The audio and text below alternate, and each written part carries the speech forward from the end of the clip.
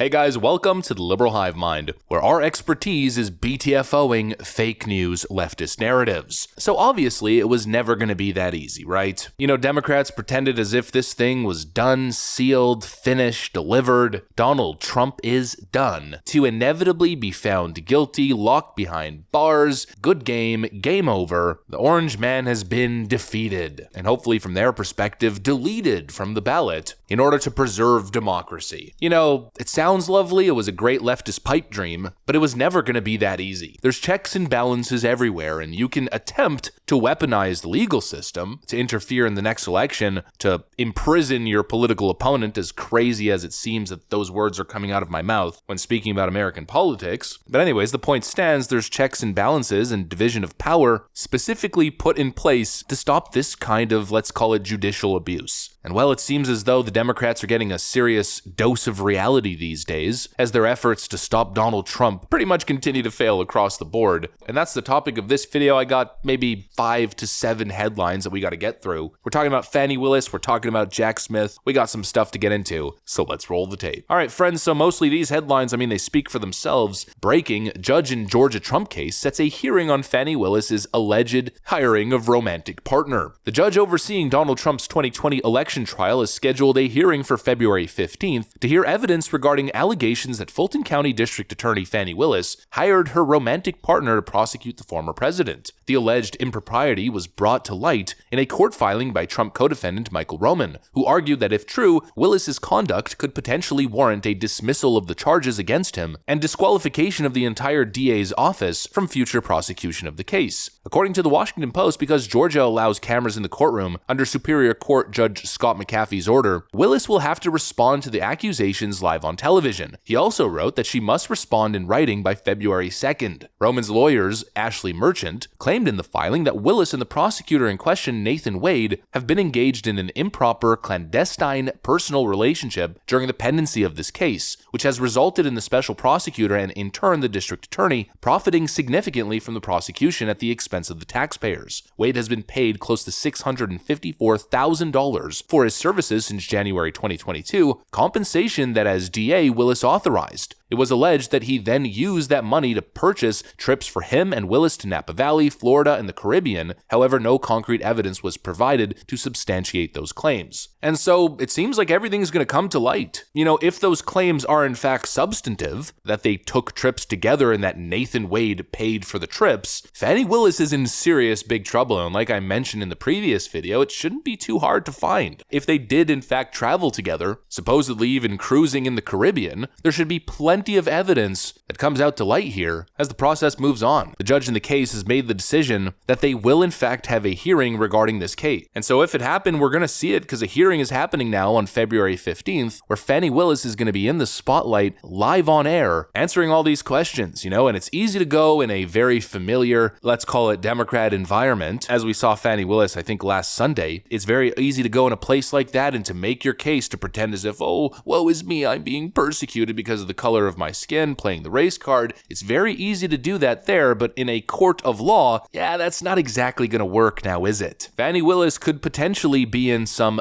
big trouble here. And her defensive arguments so far, well, they just haven't been cutting it. Now she's blaming Nathan Wade's ex-wife. Fani fights back. District Attorney Willis attacks ex-wife of supposed lover Nathan Wade after stealing her man. Fani now accuses former wife of, quote, interfering with her DOJ-backed Trump case. The AP reported that Fulton County District Attorney Fani Willis is accusing the estranged wife of a special prosecutor that she hired of trying to obstruct her criminal election interference case against former President Donald Trump and others by seeking to question her in the couple's divorce proceedings. The filing says that the subpoena is being sought in an attempt to harass and damage Willis's professional reputation and accuses Jocelyn Wade of having conspired with interested parties in the criminal election interference case to use the civil discovery process to annoy, embarrass, and oppress the district attorney. Yeah, so you heard that. They actually used the term oppress. Supposedly, the ex-wife of Nathan Wade is a Republican agent conspiring with the Trump team to oppress Fani Willis. Oh, so oppressed, taking $700,000 from taxpayers to pay some random goon who happens to be your lover boy so you can go and get Trump, the whole Letitia James shtick, only to then essentially by proxy enrich yourself and go on beautiful luxury romantic trips together as you potentially, allegedly swindle the taxpayers. Woe is me, you're such a victim, you're so oppressed, as district attorney in Fulton County. Absolutely ridiculous. Now, I know, they're using oppress in a more legal context, but still I find it so incredibly funny. The whole victim card here, it's completely ridiculous. All I have to say is some people are saying something, other people are saying another thing. At the end of the day, I think the truth will come out here. And I'll say that with or without Brian Kemp, as Georgia Governor Brian Kemp now dismisses Marjorie Taylor Greene's call for an investigation into DA Willis. He's refusing to launch an investigation, but the investigation will happen no matter what. People can clearly see the conflict of interest here and the potential misappropriation and I'd even argue embezzlement of funds. It seems even Democrats are raising ethical concerns. An Obama appointee says that Fani Willis should get off the Trump case immediately. You think? U.S. Attorney Michael Moore told CNN on Sunday that the accusations of Willis's improper clandestine personal relationship with a member of her legal team who is married is compromising the case against Trump. Compromising the case, for Pete's sakes, because of this supposed impropriety. The case should be dismissed immediately. But anyways, TLDR, Fani Willis continues to face some issues. And like I said in the intro, she's not the only one. Jack Smith is also having some troubles. As we read here, breaking Judge Tanya Chutkan orders Jack Smith to stop filing substantive pretrial motions during Trump J6 case. Pause. Chutkan wrote in her 6-page order, the parties shall not file any substantive pretrial motions without first seeking leave of court. Now, of course, a whole bunch of legalese. It's hard to tell if my understanding is correct here, but what I seem to understand is that Jack Smith is essentially trying to continue the trial, even though there's a pause and the judge keeps telling him, hey, Jack, how about you not do that as the case is paused and all? And so it seems as though Jack Smith is panicking that he might not be able to try Trump by his very specifically picked March 4th trial date. They are panicking, and I know they're panicking because now Merrick Garland is taking to the media, promoting this idea that they're pushing the message that there should be a speedy trial of Trump as the 2024 election looms. The department has policies about steering clear of elections. Is there a date in your mind where it might be too late to bring these trials to fruition? Again, to stay out of the way of the elections as the department policies. Well, I just say, what I said, which is that the cases were brought last year. Prosecutor has urged speedy trials, with which I agree.